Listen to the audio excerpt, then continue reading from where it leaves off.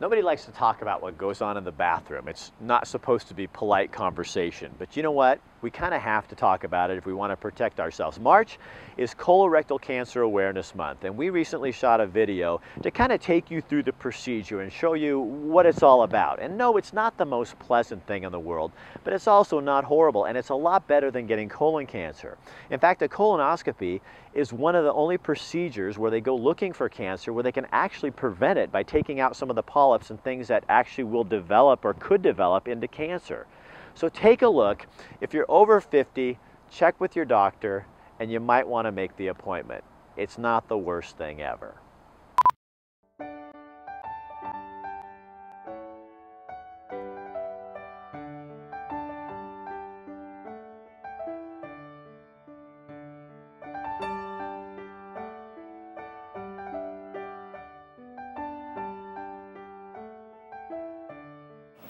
Good afternoon, Rick. Good seeing you. Hi, Dr. Wu. Yeah. How you doing? Yeah, I'm doing okay. How are you doing? I'm doing all right. A colonoscopy is not one of the aspects of turning 50 most of us get all that excited about. Most of the time, patients will say that the procedure itself, after this point, is a piece of cake.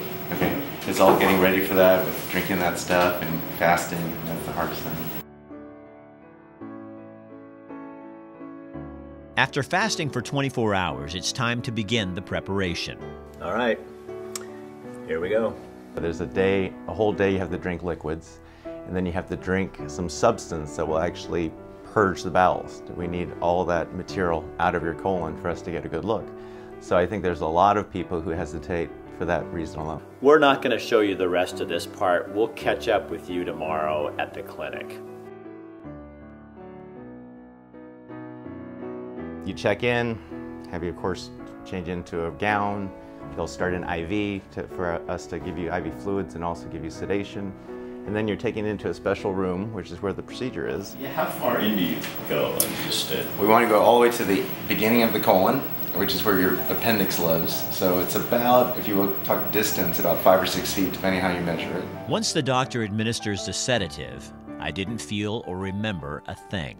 The resolution on this scope is very good. We can see polyps just 1 or 2 millimeters in size, which if you look on a ruler is pretty small. So we have to actually go from the anus, advance it sort of up the tunnel, if you will, to get to the way over here, which is what we call the cecum, or the beginning of the colon. 5 to 8% of Americans will be diagnosed with colon cancer in their lifetime. That's about 1 in 15 people. We slowly come out, look at all the walls of the colon, if you will, look at all the all the surface area. We're looking for polyps, which are little growths of tissue. They look like warts almost.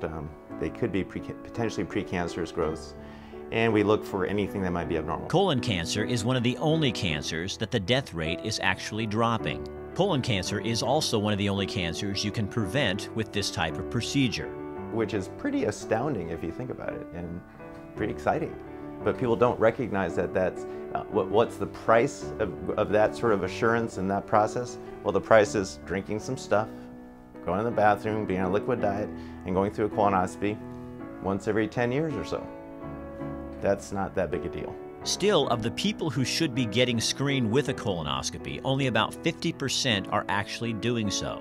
And I think part of that is the privacy issue. Like, okay, it's not in private, in polite company, you don't mention anything about anuses or rectums or colons or bowels or prostate or... The experts at Eugene Gastroenterology Consultants are trying to demystify the colonoscopy with some creative, innovative, and sometimes humorous public education campaigns. As I mentioned, sort of the puritanical view of, oh, let's not talk about that. But they didn't talk about breast cancer 50 years ago. It was a taboo topic. It's like, oh, don't ever talk about breast. That's not what you talk about in polite company. But if you look at what's changed over the years, that view has changed, and appropriately so. The hope is the more comfortable we become talking about these issues, the more normal the colonoscopy will be. The colon conversation is slowly changing. The biggest reason is to hopefully prevent colon cancer from forming. Or the other reason, which is obviously plan B, is to catch it earlier. Because the earlier we catch colon cancer, the more treatable it is.